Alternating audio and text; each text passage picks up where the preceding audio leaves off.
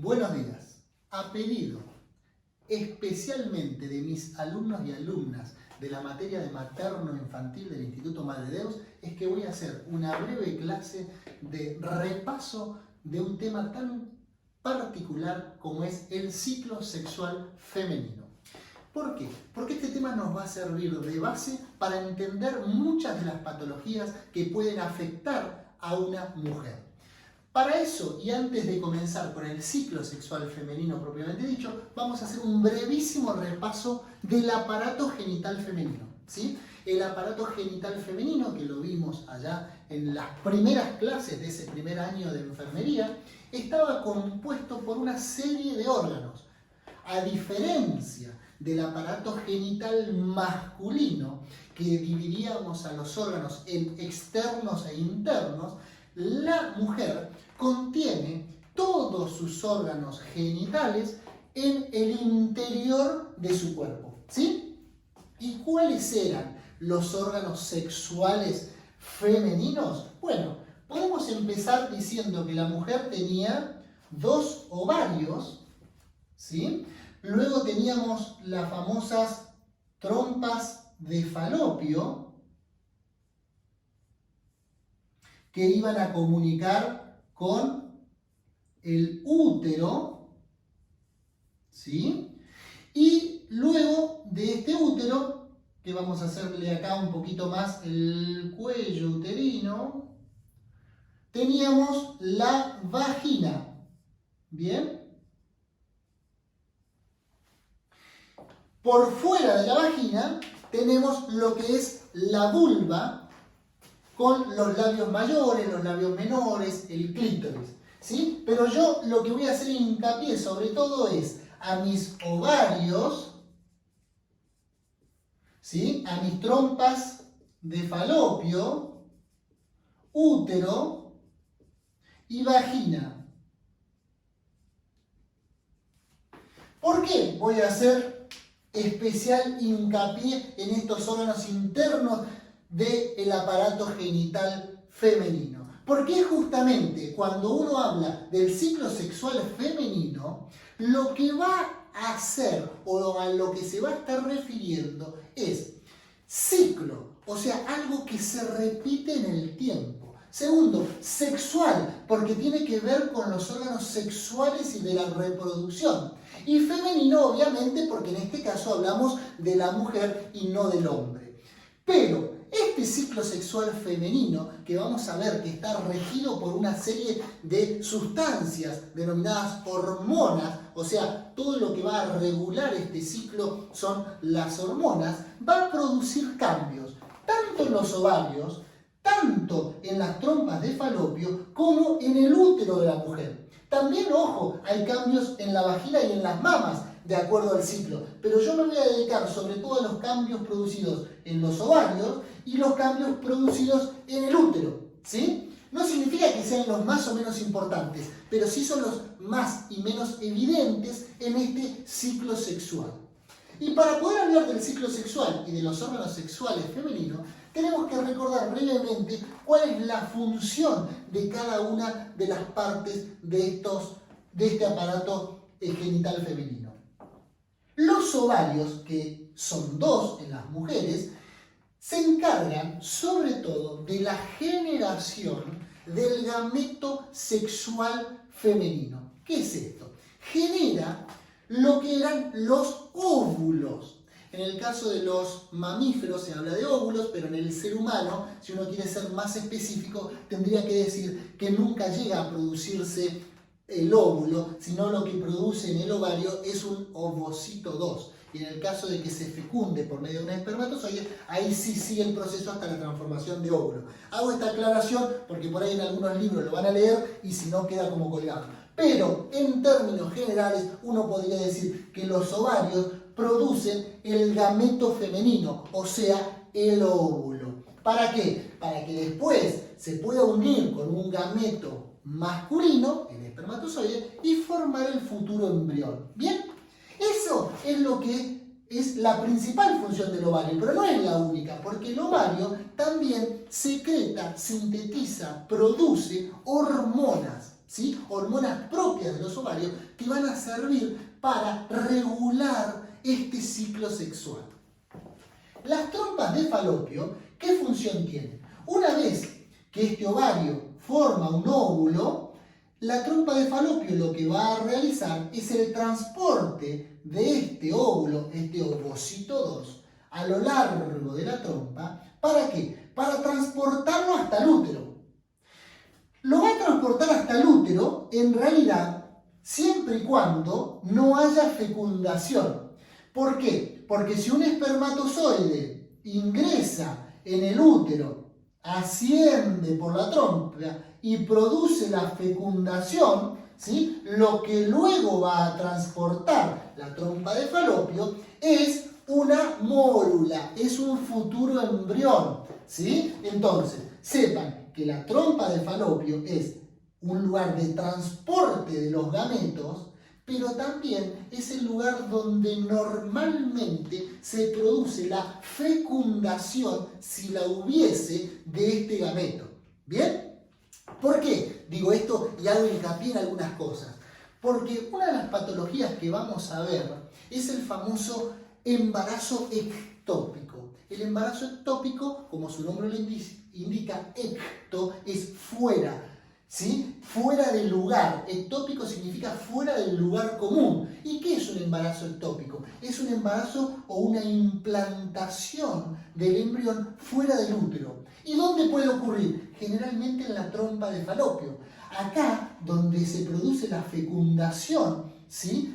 Y la creación del futuro embrión, si por alguna causa esta trompa de falopio falla en su función de transporte hacia el útero, comienza a implantarse el embrión en la trompa, en un lugar que no está preparado. Rompe la trompa y produce una enfermedad muy, pero muy grave que puede llevar a la muerte por desangrado de la mujer, de la futura mamá. Entonces, atento y sepamos que la trompa de falopio no solo transporta los gametos, sino que en ella se produce la fecundación, ¿sí? Del futuro embrión. ¿Bien? Entonces, ovarios forma hormonas, como vamos a ver, que son dos fundamentalmente. Estos son los estrógenos y la progesterona. Y también forma el gameto sexual femenino, como era el ovocito 2, ¿sí? Las trompas, transporte del ovocito 2, si no se fecunda, o si hay fecundación, del futuro embrión. Y el útero, ¿qué es lo que iba a hacer? El útero iba a alojar, ¿sí? El futuro embrión si hay o hubiese alguna fecundación. Si no, no va a obviamente a alojar nada. Para eso, chicos, el útero lo que va a producir es que todos los meses, durante lo que se denomina la etapa fértil de la mujer, ¿sí? Que comienza con su primera menstruación, con su menarca, y finaliza con su última menstruación, o sea, el comienzo de la menopausia, durante toda la etapa fértil, este útero, vamos a ver, que se prepara todos los meses para una posible implantación de un embrión, ¿sí? Entonces, como el útero se tiene que preparar para esa posible implantación del embrión, lo que va a realizar es dos cosas. Vamos a ver que el útero está formada por la pared del útero por tres capas. Una capa más interna del útero, que tiene unas glándulas que se denomina endometrio. ¿Sí? Una capa media que se llama miometrio y una capa externa que se llama perimetrio. ¿Sí? Bueno, el endometrio tiene como si fuese a su vez dos capas. Una capa basal y una capa funcional. La capa funcional de este endometrio es el que tienen las glándulas, que después voy a hablar, y es el que realiza la función propia del endometrio todos los meses. El miometrio, chicos, está constituido por músculo liso, y es aquel que cuando se contrae va a producir la expulsión del futuro bebé. Y el perimetrio es una capa que recubre muy finita, como una membrana, por fuera todo el útero, ¿sí? Entonces, ¿yo a qué me voy a dedicar en esto del ciclo sexual femenino? Yo voy a hablar de los cambios producidos en los ovarios, sobre todo la producción de los estrógenos y la progesterona, y voy a hablar de los cambios producidos en el útero. Pero sepan que hay cambios también que se producen en la vagina, cambios que se producen en las mamas, cambios que se producen en el flujo, ¿sí?, que produce la vagina de la mujer. Hay un montón de cambios que se producen durante todos los meses en este ciclo sexual femenino. Yo me dedico a ovarios y útero porque son los más evidentes y los que más patologías nos llevan a dar. Basta de introducción, estamos hasta acá, ¿me siguieron? Descanso un poquito la voz y arrancamos. Bueno, entonces, antes de empezar a hablar de cada uno de los cambios de este ciclo sexual femenino, yo les dije que todo esto iba a estar regido, iba a estar regulado por una serie de hormonas, ¿sí? ¿Y cuántas son las hormonas que van a regular todo este ciclo sexual femenino? Son muchas. Y tengo que empezar sí o sí hablando de lo que es el eje hipotálamo hipófiso gonadal, ¿sí? Entonces voy a tener un eje hipotálamo, hipófisis y gónadas. Gonadal. Las gónadas son los ovarios. Se le dice gónadas a los ovarios y a los testículos. Se le dice a los que producen los gametos sexuales. Entonces, yo voy a tener hormonas que van a ser producidas en el hipotálamo. Voy a tener hormonas que van a ser producidas en la hipófisis y voy a tener hormonas que son producidas en los ovarios, ¿sí? ¿Qué hormona produce el hipotálamo? El hipotálamo va a producir una hormona que se llama factor productor de gonadotrofina, ¿sí? Esto tiene nombres en inglés, pero a mí lo que me interesa es que recuerden el concepto. Esto, factor productor de gonadotrofinas, lo que va a producir es estimular, ¿sí? Le va a decir a la hipófisis, producí tus propias hormonas. ¿Qué hormonas va a producir la propia hipófisis? Dos. La famosa FSH o hormona folículo estimulante, y la hormona LH o hormona leutenizante, ¿sí? Entonces, el hipotálamo genera, según el libro, el factor productor o generador de gonadotrofinas, ¿sí? En muchos libros se pone como GNRH, ¿sí? Pero yo lo pongo así para que se entienda. Le va a decir o va a estimular a la hipófisis para que libere sus propias hormonas. A su vez, la hipófisis que liberó sus propias hormonas va a estimular, ¿sí?, a los ovarios para que produzcan sus propias hormonas. ¿Y qué hormonas dijimos que producían los ovarios? Los estrógenos y la progesterona. Estos estrógenos y progesterona son los que van a realizar las funciones, ¿sí?, las funciones de los cambios en el aparato genital femenino. Sobre todo, los estrógenos y los progesterona van a producir cambios a nivel uterino, ¿sí? Y la FSH y la LH van a producir los cambios a nivel del ovario. ¿Estamos hasta acá? Entonces, lo primero que tengo que saber es que hay una serie de hormonas que van a regular todo esto. Y es importante, es importantísimo. Porque si alguno de estos pasos falla, todo el ciclo va a fallar. Por eso, uno de los estudios de rutina que se realizan en todas las mujeres es ver cómo están los niveles hormonales. Porque sabiendo los niveles hormonales en las diferentes etapas del ciclo sexual femenino, uno puede inferir cómo se encuentra el estado de los órganos sexuales de la mujer. ¿Sí? Entonces, hipotálamo, hipófisis, gonadal.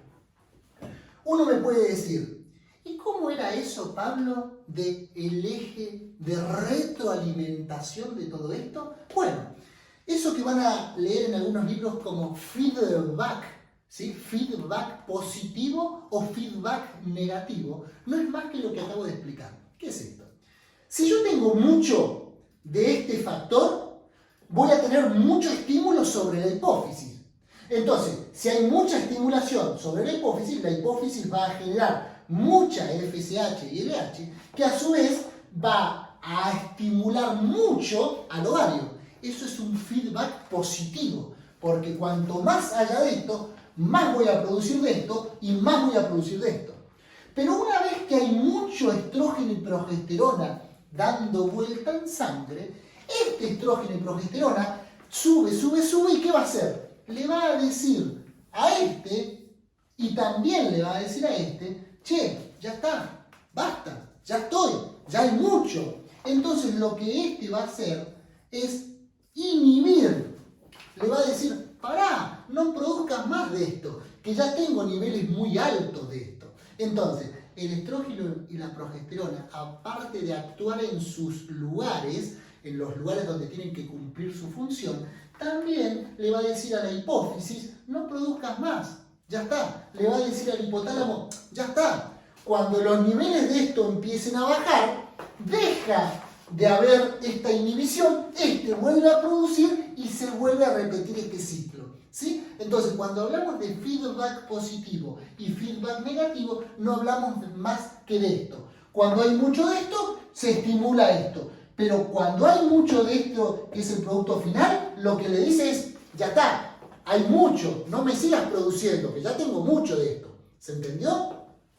Vuelvo a repetir, si hay algo que no se entienda, mandan el mensajito y lo repito 200 veces. Lamentablemente no tengo la posibilidad de encontrarnos frente a frente y que ustedes me digan, Pablo, eso no entendí, ¿me lo explicás de vuelta? Y lo explico, pero me mandan un mensajito y hago una aclaración sobre ese tema puntual, ¿bien? Así que voy a dar como que me expliqué suficientemente con esto. Sigamos avanzando. Entonces, lo que tengo que saber es que las hormonas, todas estas que vimos hasta acá, son las que van a regular el ciclo sexual femenino.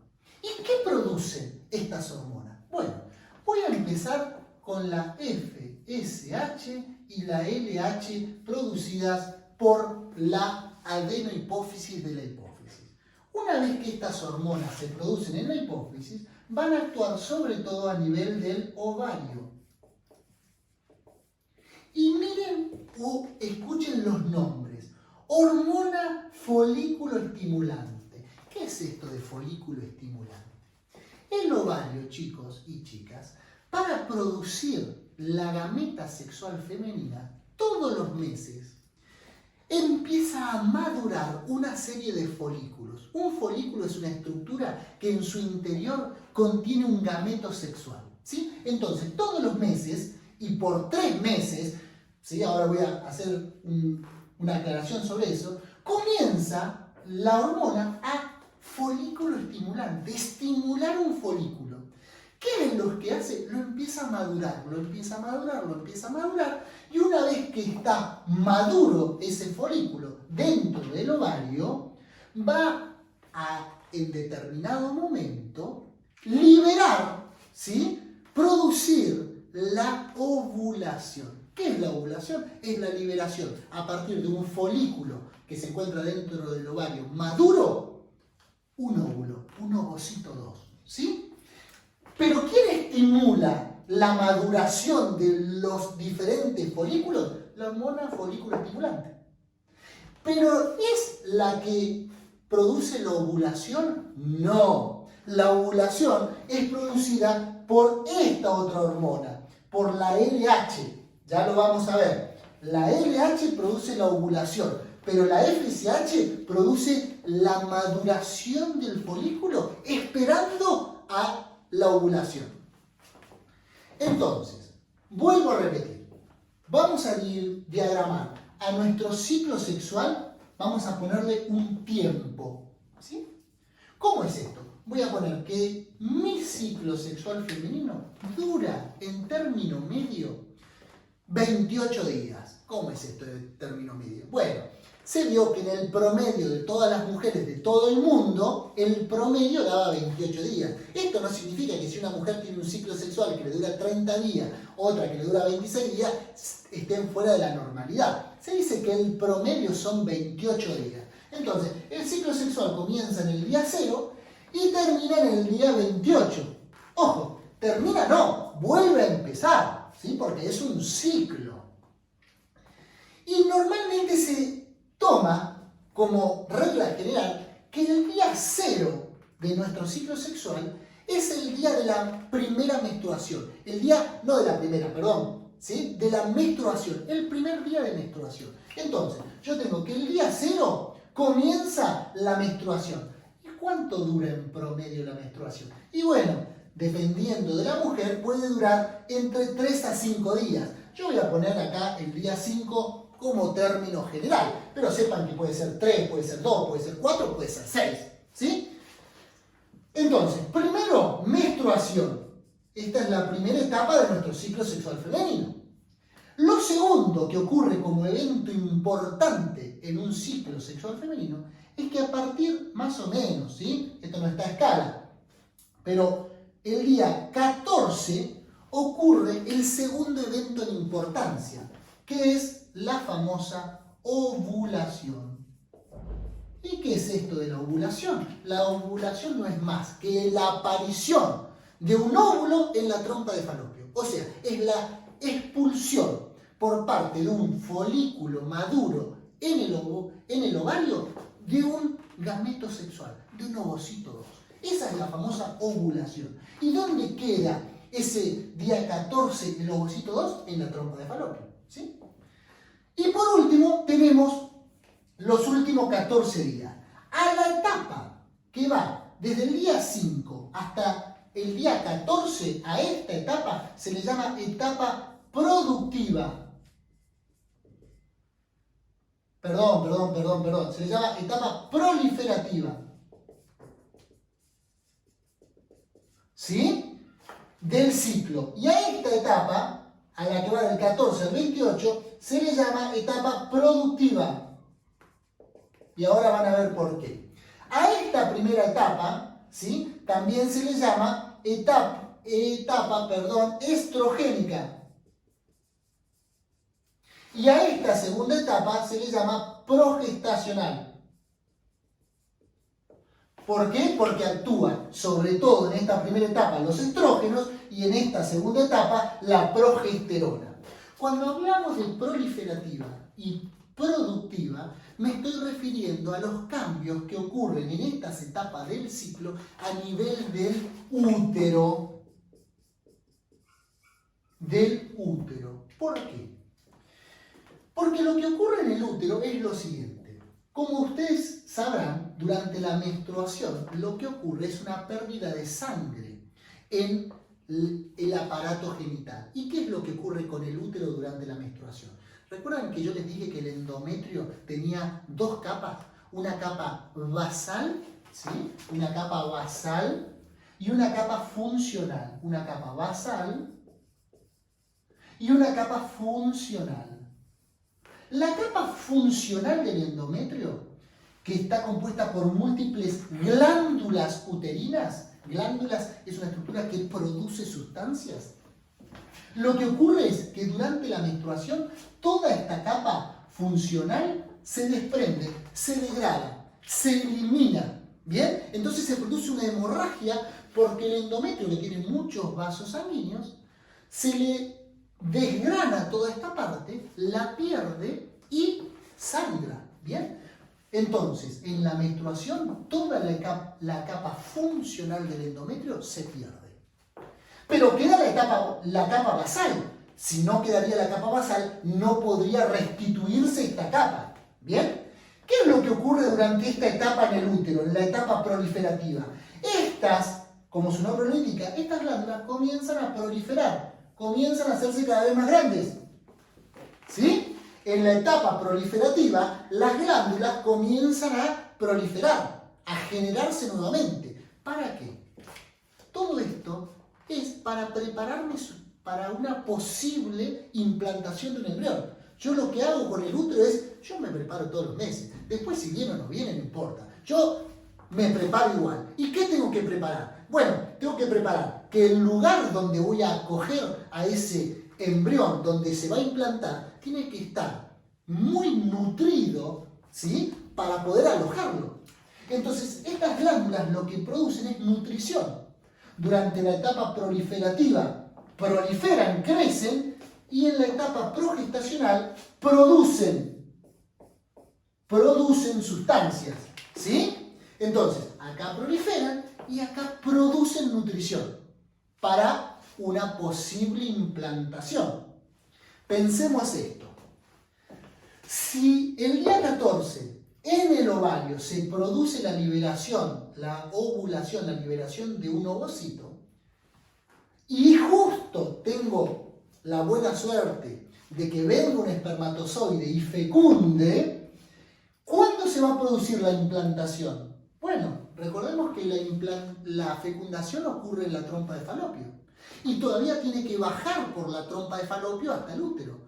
¿Qué tiempo tarda en bajar el embrión? Entre 4 y 5 días. O sea, que si la ovulación es el día 14, al útero llega el embrión el día 19 o el día 20, ¿sí? O el día 18. Pero por eso es que me da tiempo a prepararme. ¿Está claro? Entonces, resumo. Menstruación, etapa proliferativa del útero y productiva del útero. Acá proliferan las glándulas y acá producen nutrientes esperando a un futuro embrión. Antes de seguir y hablar cómo es esto, de quién produce el estrógeno y quién la progesterona, quiero hacer una aclaración que me parece lo más importante de este tema. ¿Por qué? Porque ustedes como futuro personal de la salud, lo que tienen que saber es que la pregunta más frecuente del ciclo sexual femenino es que venga un amigo, una amiga y les diga, mira, yo quiero tener un bebé, ¿sí?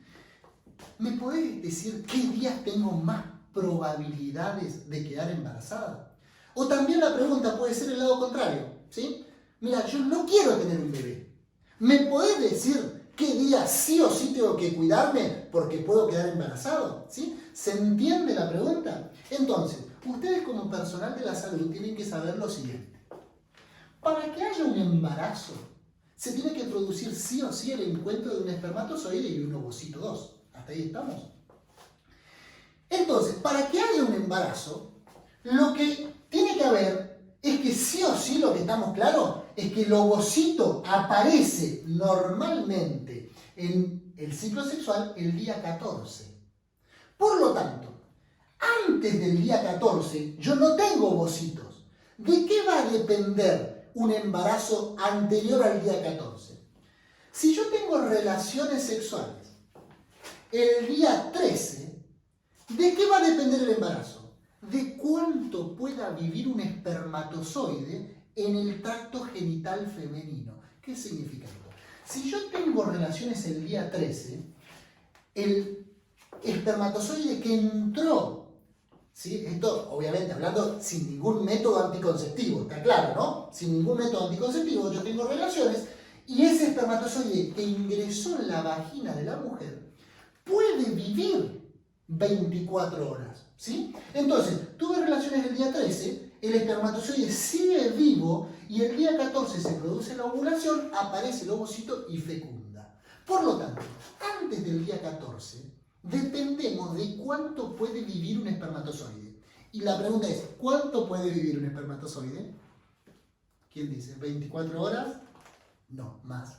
48 más. 72, ahí me gustó. 72 horas puede vivir un espermatozoide dentro del tracto genital femenino y no morirse. Hay algunos autores chicos que dicen hasta 5 días. ¿Por qué? Porque si se mete dentro de una de estas glandulitas tiene suficiente nutrición como para ir, ¿sí? Pero pongamos 3 días como día medio. Entonces, si esta persona, esta mujer, tiene relaciones el día 11,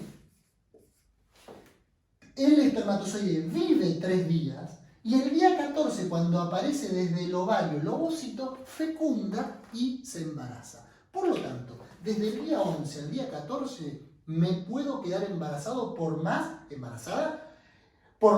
que no haya ovocito. Ahora, después del día 14, ¿de qué va a depender el embarazo?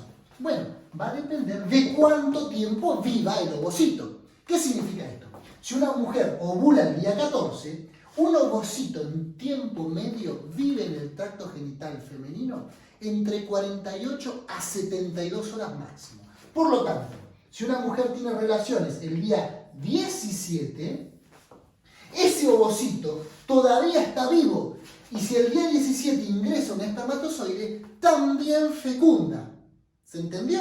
Por lo tanto, si uno le tuviese que decir a una pareja que está buscando un bebé, ¿qué días tendría que tener relaciones para tener más probabilidades? Esto no significa que va a quedar embarazado sí o sí. Tendría que ser entre el día 11 y el día 17.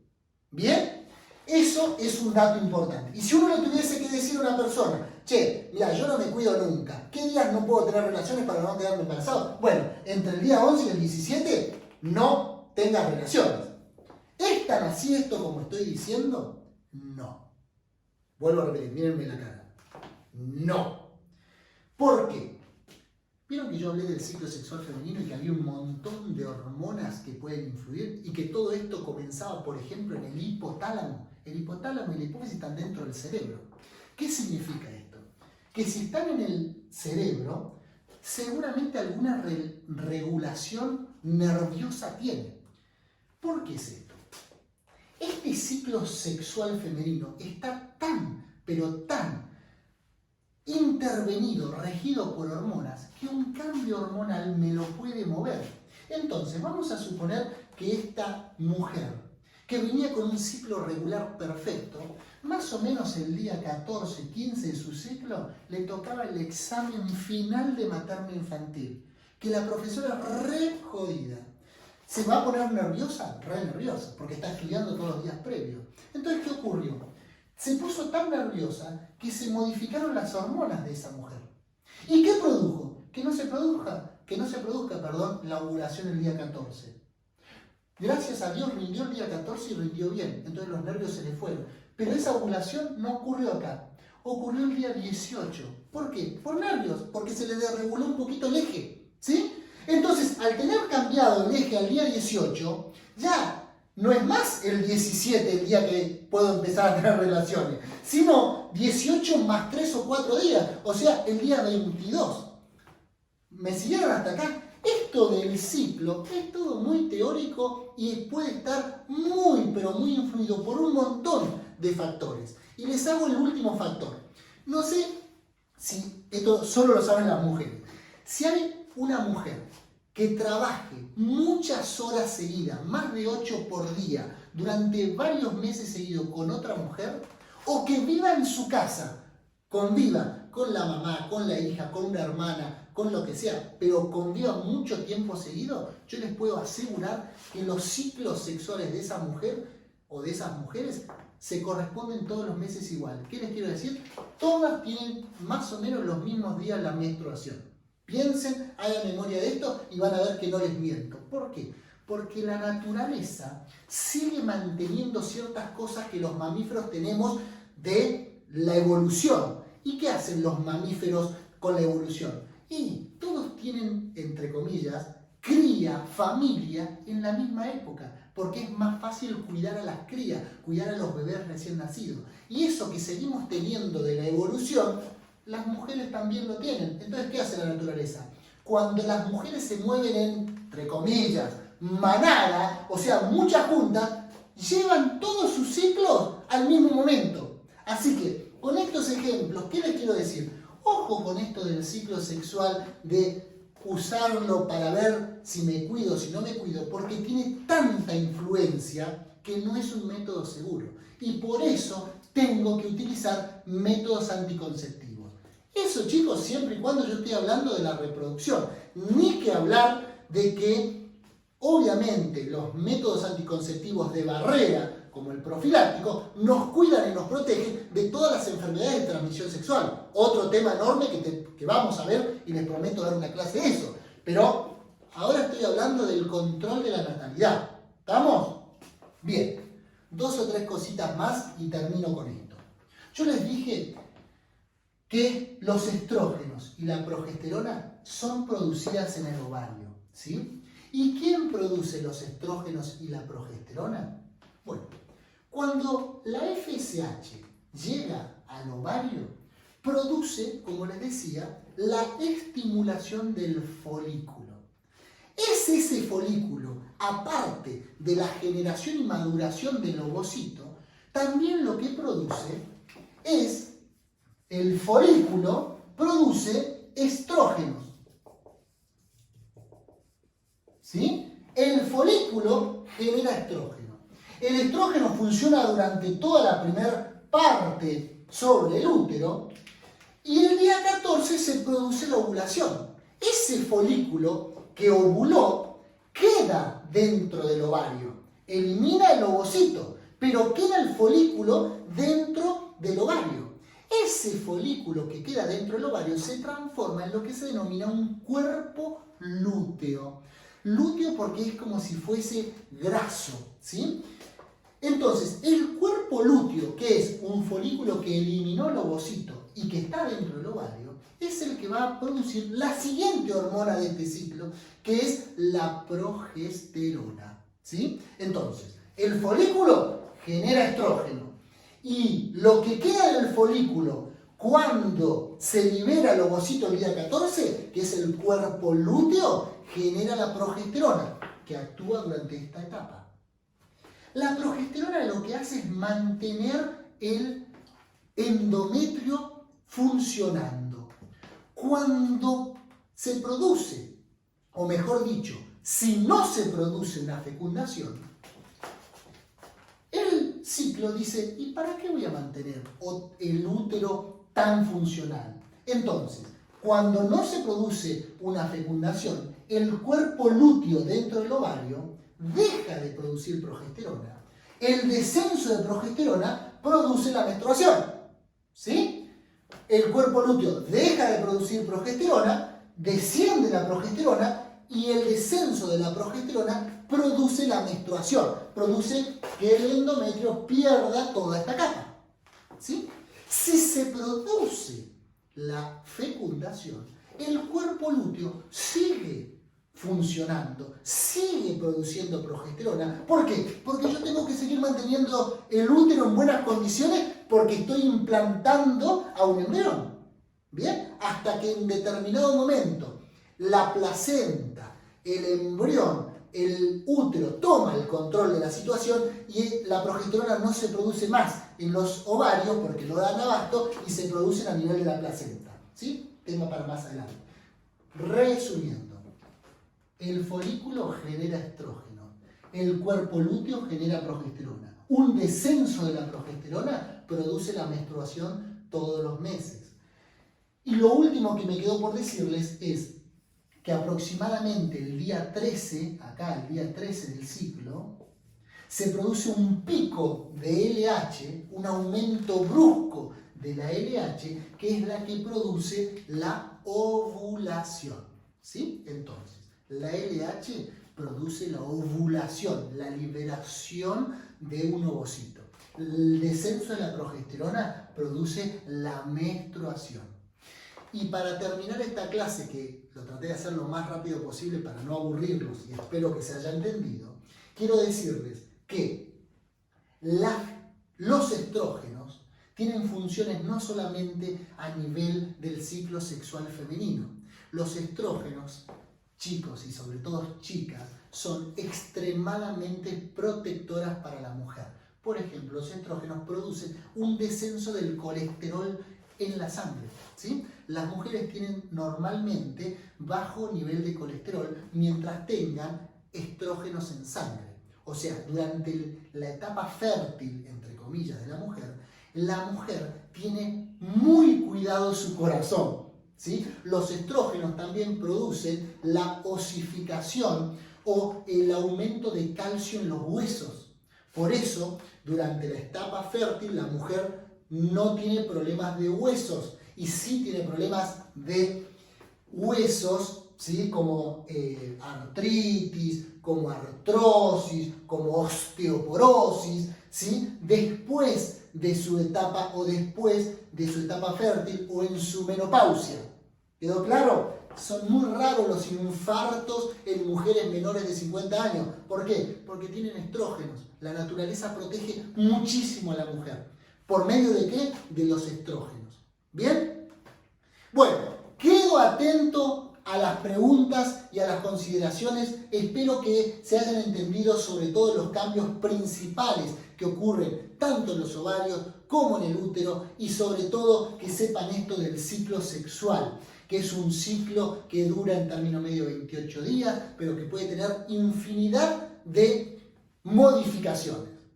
Mi consejo, nunca se guíen de este ciclo porque puede estar muy, pero muy modificado. Les mando un fuerte abrazo a la distancia. Nos seguimos viendo para una nueva entrega de estas clases. Hasta luego.